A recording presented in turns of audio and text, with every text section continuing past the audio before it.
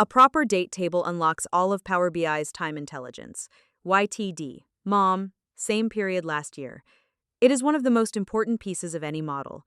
Why a dedicated date table? Power BI's time intelligence functions, DATESYTD, same period list year, etc., require a continuous marked date table. Using the date column inside the sales table is not enough. There can be gaps, no sales on a Sunday, which break the calculations. Building 1. 3 common approaches. DAX. Date equals calendar date, 2020. 1. Date 2026, 12/31. Then add columns for year, month, quarter using year. Format. Weekday. Power query equals list. Dates number date 2020, 365 times 7.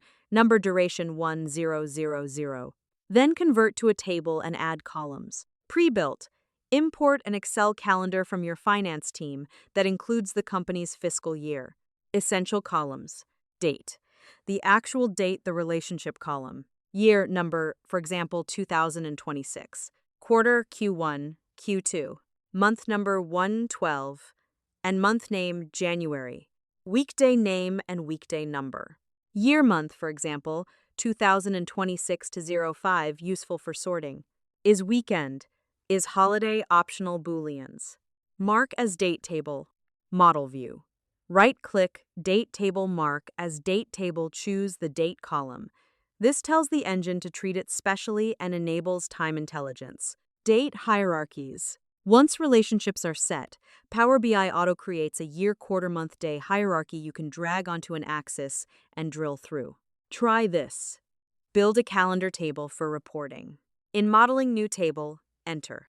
Date equals add columns calendar date 2024 1/1 date 2026 12/31 year month format date month no month date quarter Q and format date Q. Mark as date table using the date column. Build a relationship to your sales table on the date field. Create a column chart of total sales by month and watch it order correctly when you set month sorted by month no.